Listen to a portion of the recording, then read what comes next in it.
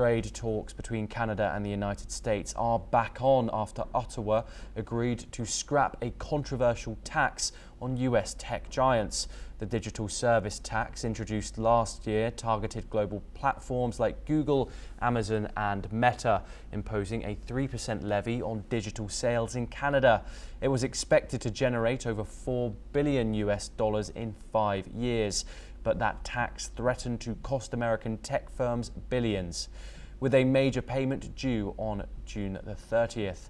In response, President Trump had called off trade talks last Friday and threatened new tariffs on Canadian goods within a week. Now, in a bid to de-escalate, Canada says it will rescind the tax.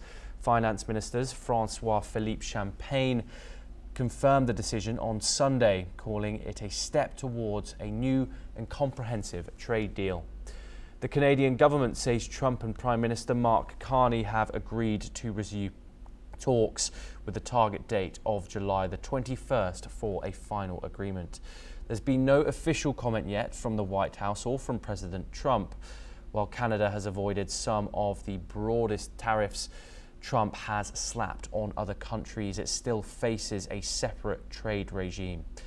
Since his return to the White House in January, Trump has raised duties on imports of steel, aluminium and autos, and Canada remains America's top foreign supplier in that sector. The latest shift in policy could open a new door, but all eyes are now on whether the two sides can meet that July deadline.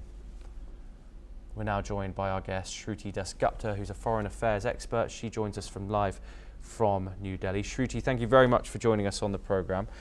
Shruti, how does this climb down on the digital tax reflect Prime Minister Mark Carney's leadership style compared to his predecessors? Obviously, we saw that massive and unprecedented election win from Mark Carney at the head of the Liberal Party. What are your views on him stepping back on this tax? Is he in a way conceding to his hardline stance on Trump? Greetings, Thomas. It's very simple for me. Mark Carney was always brought in to ensure that the economy of Canada continues to flourish despite the aggressive posturing that is coming from US under the Trump regime. He won basically on the premise that he would ensure that the talking table stays in place. He replaced Trudeau as the candidate. Trudeau lost popularity in his own party because of his hardline stance and his aggressive chest thumping against Trump and its regime. They are natural, the two nations, US and Canada, are natural trading partners, and they do whatever happens between the two of them affects the global economies. So when you go head to head with each other, they kind of impact the markets all over the world. Mark Carney was brought in as a sane voice who would support Canadian economy as well as find the middle path with Trump and his administration. So he has been taking steps for the same throughout.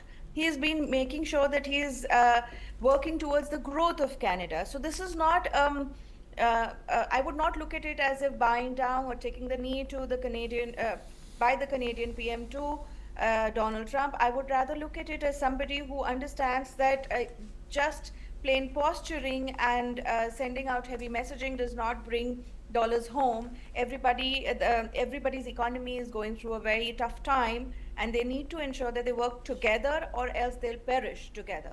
So my understanding is that he's taken a very wise step, although it might end up costing Canada a few extra Canadian pounds. Yes, precisely, Shruti. Obviously, we saw Mark Carney campaign on his hardline Trump strategy. Many say that Donald Trump actually won him that election. And then we saw back in May where Carney and Donald Trump had their first direct meeting in the Oval Office. There was nothing but smiles. Is this an early sign that Carney's government is willing to sacrifice domestic policy tools to maintain good relations with Washington now?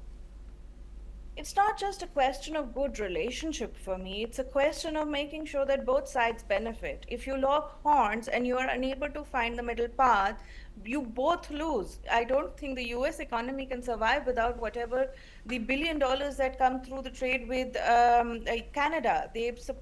The trade deficit that Trump tends to look at is from a very narrow window. There are a lot of trade that happens below it, which does not count towards the US trade deficit in terms of what Trump puts in.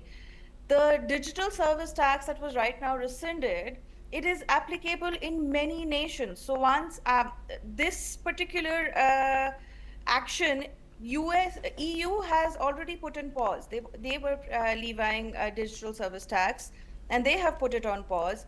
And Carney has followed. So he's basically following through with whatever his particular regime is trying to find common ground with. And I don't think of it as in the negative terms. I don't think it would benefit any Canadian to find themselves in the on the wrong side of the Trump regime.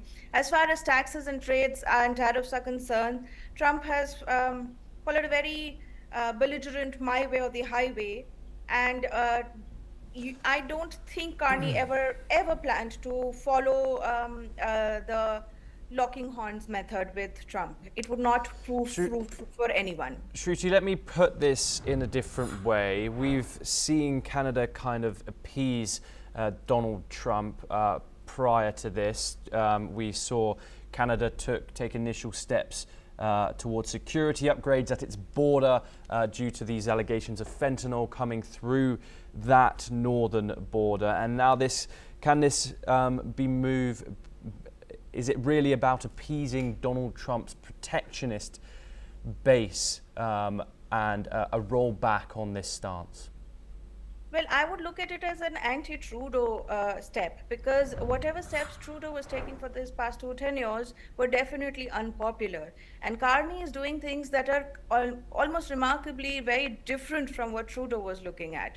Whether it is negotiations with India, whether it is putting on border security. So he is making sure that the pulse of the nation that he is representing is well felt.